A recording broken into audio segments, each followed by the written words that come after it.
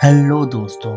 तो आज की इस वीडियो में आप लोगों का एक बार फिर से बहुत बहुत स्वागत है और आप लोग देख रहे हैं डिटेक्टिव डायरीज और मैं हूं आपका होस्ट एंड दोस्त कॉनन पार्कर। तो आज है episode number 6, Grand Paradi Towers of Mumbai.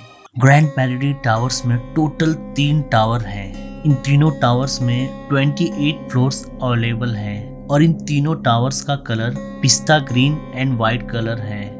ये टावर साउथ मुंबई शहर के सबसे फेमस इलाकों और आलीशान घरों में से एक है और यह ऊंचे इमारतों की लिस्ट में भी शामिल है और ये टावर इस एरिया के लिए लैंडमार्क के रूप में भी काम करता है। ग्रैंड पैराडी टावर मुंबई के सबसे फेमस हॉन्टेड टावर्स में से एक है और ये हॉन्टेड टावर इंडिया के टॉप 10 हॉन्टेड प्लेसेस में भी शामिल है। हालांकि इन टावर्स की महान प्रतिष्ठा को बड़ी संख्या में असामान्य मौतों से दागदार किया गया है। किंग्स कॉर्नर में ग्रैंड पैराडी टावर्स की 8वीं मंजिल कई अजीब आत्महत्याओं या मौतों और दुर्घटनाओं के भयानक पैटर्न की जगह है। खास करके एक विशेष बालकनी से कूदने के कारण होने वाली विचित्र आत्महत्या के मामले, जिनमें से ज्यादातर अभी भी अनसुलझे हैं। इसके अलावा यह सब कुछ ही समय में हुआ है। इस कहानी की शुरुआत 1976 में होती है। 1976 में इमारत के निर्माण के बाद से अभी तक घातक दुर्घटनाओं का और आत्महत्याओं के कम से कम 20 मामले सामने आए हैं। इनमें से कई दुर्घटनाओं में बच्चे भी शामिल थे। 1975 में ग्रैंड पैराडी टावर्स के कंस्ट्रक्शन का काम पूरा हुआ और इसे अगले वर्ष 1976 में लोगों के रहने के लिए खोल दिया गया।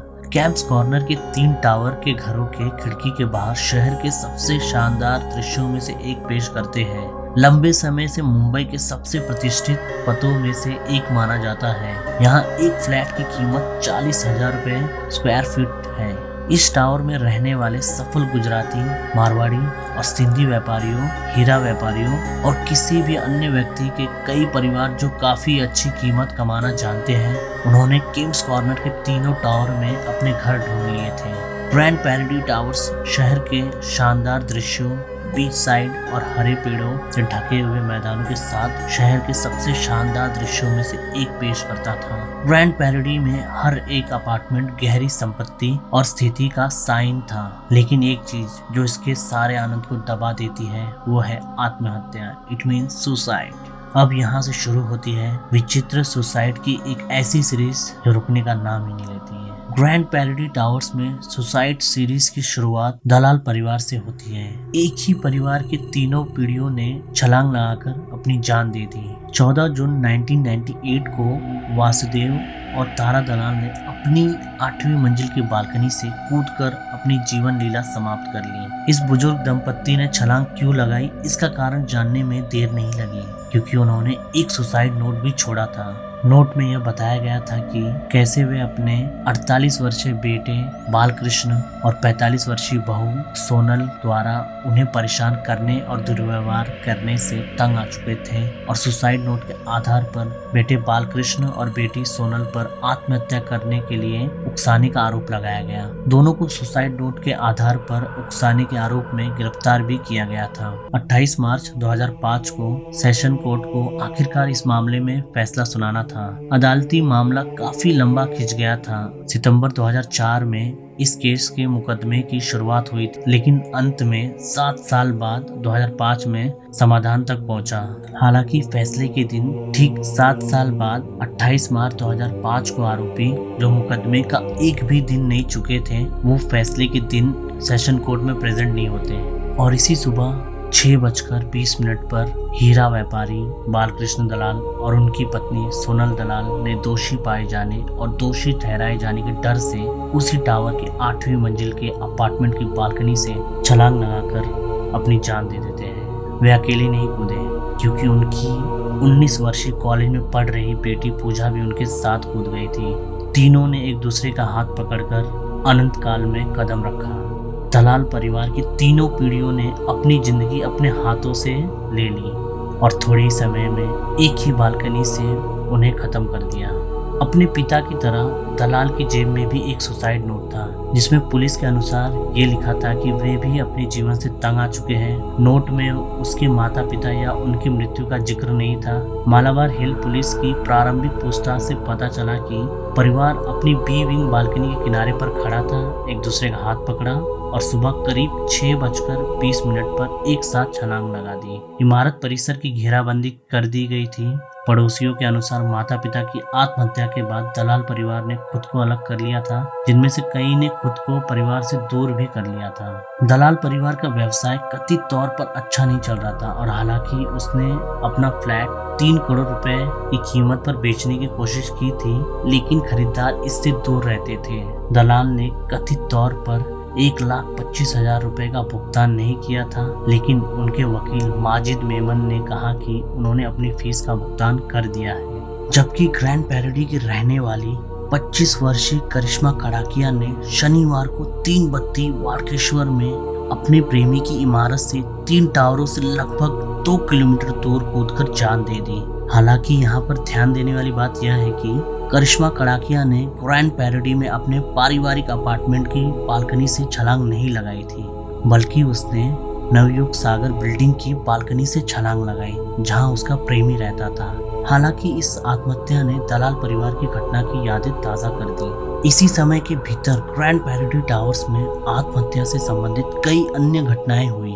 26 अप्रैल 2001 में इमारत में 36 वर्ष के एक घरेलू नौकर नारायण रामचंद्र ने अपने मालिकों द्वारा चोरी का आरोप लगाए जाने के बाद 10 घंटे तक चले आत्महत्या के नाटक में 19वीं मंजिल के अपार्टमेंट की छत से कूदने की धमकी दी। इसके बाद श्री जैन, एक शराब बनाने वाली कंपनी के कर्मचारी जिनकी उम्र लगभग 40 वर्ष के आसपास थी, उन्होंने भी वर्ष 2000 में किसी समय आत्महत्या कर ली थी।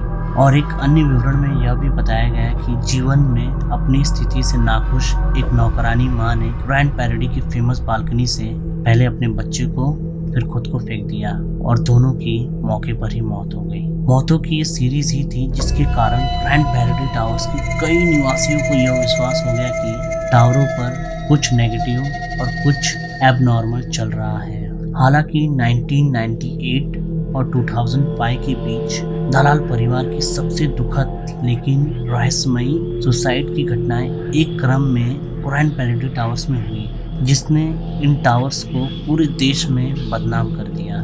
परिवार की तीनों पीढ़ियां बालकनी से कूदकर मर गई। हालांकि मौतों के इस क्रम के तथ्य सर्वविदित थे, लेकिन इन आत्महत्याओं ने मीडिया से लेकर न्यायपालिका और भारत के आम लोगों तक सभी का ध्यान खींचा।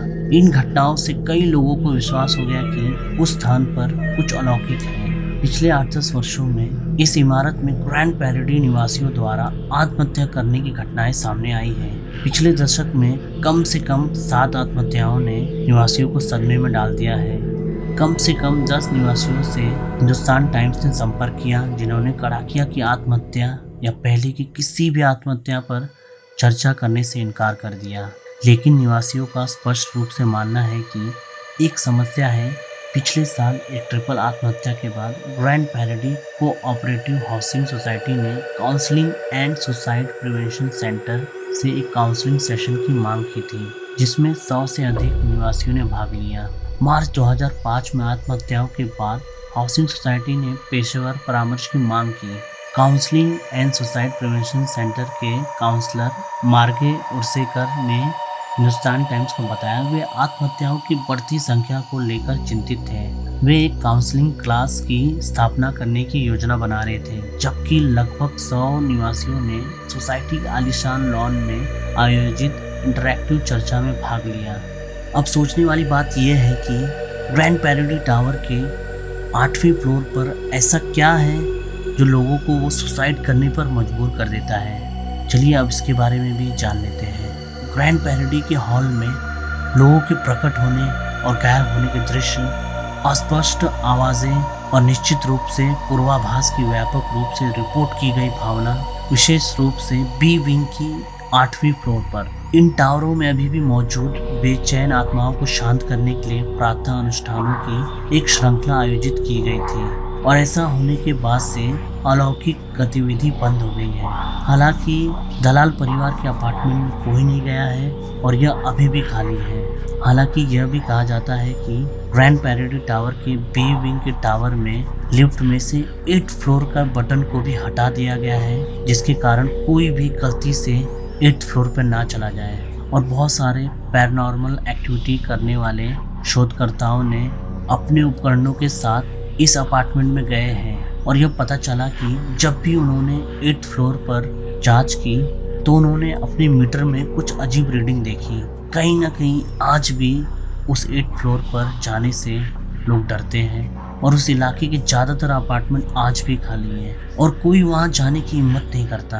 अगर हम किसी रिहायशी जगह की सबसे डरावनी कहानियों में से एक की बात करें तो सबसे अजीब और रहस्यमयी मामले का श्रेय इसी ग्रैंड पैराडी टावर्स को जाता है। कुछ रिपोर्टों के अनुसार ग्रैंड पैराडी अपार्टमेंट में आत्महत्या से कम 20 मौतें हुई हैं और इस पर स्वयं निवासियों का ध्यान नहीं गया। एक काउंसलर और आत्महत्या रोकथाम शिविर का आयोजन किया गया और एक पूजा के माध्यम से दैवी हस्तक्षेप की मांग की गई, जिसमें कई निवासियों ने भाग लिया। हालांकि इन मौतों की तार्किक व्याख्या केवल खराब मानसिक स्वास्थ्य और उस समय मानसिक स्वास्थ्य के मुद्दों के बारे में जागरूकता की कमी के कारण की जा सकती है, लेकिन असामान्य रूप से उच्च संख्या में होने वाली मौतों ने कई लोगों को उस समय चौंका कर ही रख दिया था।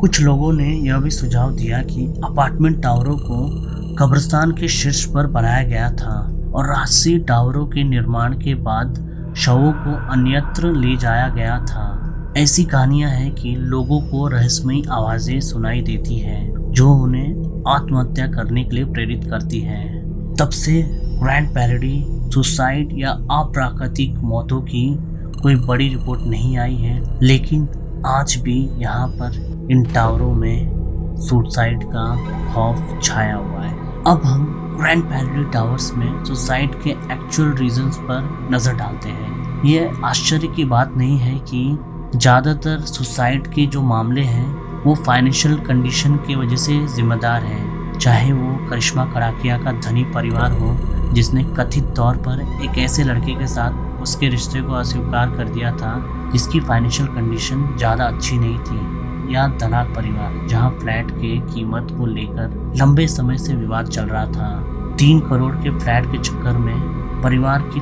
तीनों पीढ़ियां बालकनी से कूद गई। ग्रैंड पैराडी के साथ सड़क साझा करने वाली 29 मंजिला इमारत माउंट ब्लैक के एक निवासी ने हिंदुस्तान टाइम्स को बताया, कोई भी यह नहीं समझा सकता कि ग्रैंड पैराडी में इतने सारे लोगों को आत्महत्या करने के लिए किसने प्रेरित किया है। ये एक ऐसा प्रश्न है जिसका उत्तर शायद ग्रैंड पैराडी निवासी भी नहीं दे सकते हैं। तो ग्रैंड पैराडी टावर्स की कहानी यहीं पर समाप्त होती है और इसके बारे में अब हम अपनी डिटेक्टिव थ्योरी से समझने की कोशिश करेंगे कि इन सुसाइड्स के पीछे एक्चुअल रीजंस क्या है और क्यों यहाँ पर रहने वाले ज़्यादातर लोग सुसाइड कर लेते हैं। तो इस कहानी के अंत में जैसा कि मैंने आप लोगों को एक्चुअल रीज़न बताया कि ज़्यादातर लोग फाइनेंशियल कंडीशन की वजह से सुसाइड करते थे, लेकिन ये एक सिर्फ रीज़न नहीं है कि वो फाइनेंशियल कंडीशन की वजह से सुसाइड कर लेते हैं। ऐसे तो फाइनेंशियल कंडीशन सभी के लाइफ में है। इसके बारे में मैंने काफ़ी इंटरनेट पे रिसर्च किया कि ये ग्रैंड पैराडी टावर मुंबई में एक्चुअल में कहाँ लोकेटेड है, क्योंकि मैं भी मुंबई से ही बिलोंग करता हूँ, मैं भी मुंबई में ही रहता हूँ। तो मैंने जब मैप पे चेकआउट किया और जब मैंने इसका लोकेशन देखा तो मैं काफ़ी शॉक हो गया। आप लोगों को ये जानकर विश्वास नहीं होगा कि ग्रैंड पैराडी टावर्स ठीक वहीं पर लोकेटेड है जहाँ पर टावर ऑफ साइलेंस है। अब आप लोग बहुत लोग सोच रहे होंगे कि टावर ऑफ साइलेंस है क्या चीज़। ये वही जगह है जहाँ पर लोगों को मरने के बाद फेंक दिया जाता है। ग्रैंड पैराडी टावर्स से टावर ऑफ साइलेंस का डिस्टेंस काफ़ी नज़दीक है, करीब 1 किलोमीटर का डिस्टेंस है। तो जो भी सुसाइड के मामले ग्रैंड पैराडी टावर्स में हो रहे हैं शायद उसका कुछ ना कुछ कनेक्शन टावर ऑफ साइलेंस से भी हो सकता है। तो अगली कहानी मेरी टावर ऑफ साइलेंस पे ज़रूर आएगी। अगर आप लोगों के पास भी इसी तरीके के कुछ हॉन्टेड स्टोरीज़ हो या रियल एक्सपीरियंसेस हो तो आप मुझे कमेंट बॉक्स में दिए हुए ईमेल एड्रेस पर ईमेल करके भी अपनी स्टोरीज मुझ तक भेज सकते हैं। और आप लोगों को आज की वीडियो कैसी लगी आप मुझे कमेंट बॉक्स में कमेंट करके ज़रूर बताइए।